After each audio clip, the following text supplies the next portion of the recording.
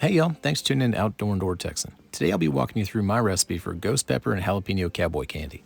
If you've been running out of hot sauce ideas, this is an excellent change of pace that uses sugar to preserve the peppers. Instead of having a vinegar bite or a fermented funk, this recipe brings that distinct sweet heat. As always, make sure to look through the description below for ingredients and supplies necessary for the cook. Once you have everything rounded up, let's get to cooking. We're starting out with about a quarter pound of ghost peppers and maybe 3 to 4 large jalapenos. Then simply slice them into coins. Make sure to use common sense when handling hot peppers. Wear gloves if you're sensitive to the oil in peppers, don't cross-contaminate any of your utensils used on peppers with other food, and be careful when cleaning everything up, as high-pressure water does sometimes spray that capsaicin into the air. With the peppers sliced into coins, we're now going to build our syrup. In a small saucepan, add half a cup of apple cider vinegar, 1 cup of sugar, 2 cloves of minced garlic, half a teaspoon of mustard seed, half a teaspoon of coriander seeds, and half a teaspoon of celery seeds. Then bring the syrup up to a quick rolling boil. Once boiling, reduce the heat where the brine is just simmering and add your peppers. Stir here and there, but for the most part just let them simmer for about 5 minutes. After 5 minutes is up, take your saucepan off the range and we'll get started on jarring.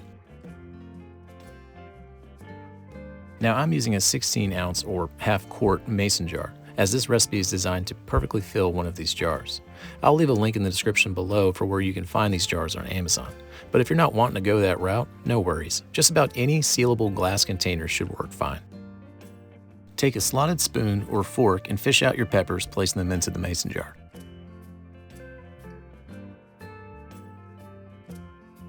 Once you have all the solids removed, pour your syrup into the jar, leaving about an inch of headspace at the top.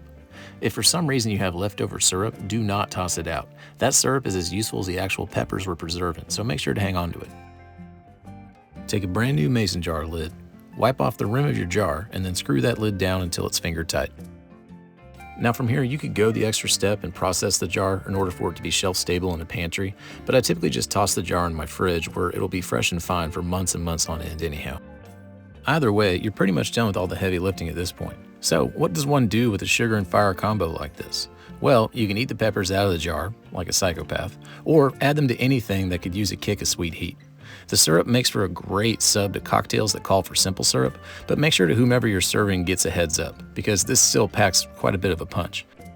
For this video, I just so happen to have some cream cheese in the kitchen, so I put together another popular use, where you spread it over the cream cheese and then enjoy it on a cracker.